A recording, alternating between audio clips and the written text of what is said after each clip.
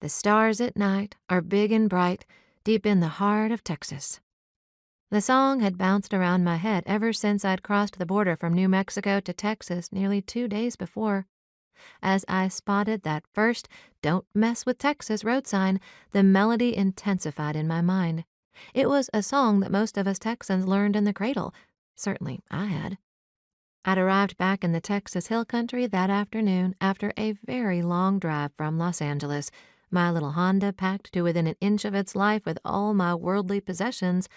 It was the height of summer, nearly July, and instead of the beautiful wildflowers I'd enjoyed when I'd visited in April, the hills were now brown with dead grass and shrub.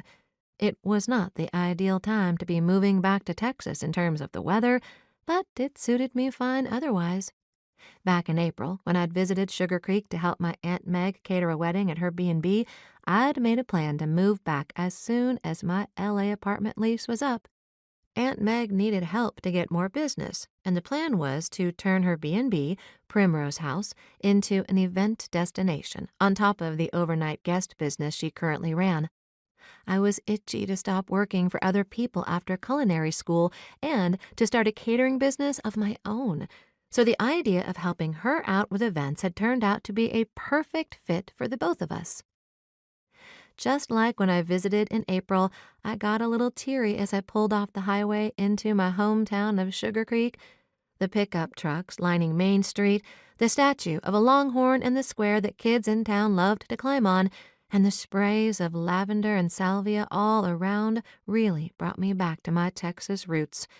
I'd been gone too long. But there was nothing that could compare to pulling up in front of my best friend's shop to really pull me into the Texas state of mind. Her antique shop, Divine Finds, was all things Texas, and my heart pitter-pattered with excitement as I parked at the curb outside. I hopped out of the car and stretched a while, so tired of driving that I silently vowed not to sit for the rest of the day. As I walked up the steps, I grinned wide, knowing that I was only seconds away from seeing my best friend, Cassie Devine, in person once again. I pushed through the door just as she was coming out of it, and we collided and laughed, falling into each other's arms. "Lady!" Cassie's voice rang out like the sweetest melody, full of warmth and years of shared memories. "Welcome home! Gosh, I missed you." I gave her one more squeeze, then followed her inside the shop. The comforting scents of cinnamon and vanilla met me, and I instantly felt the weight of the road lift. "I missed you too. It sure is good to be home." "I bet. I thought you'd be here earlier." The traffic through El Paso was no joke. I would have gotten here a lot sooner, but there was a major accident that held everything up.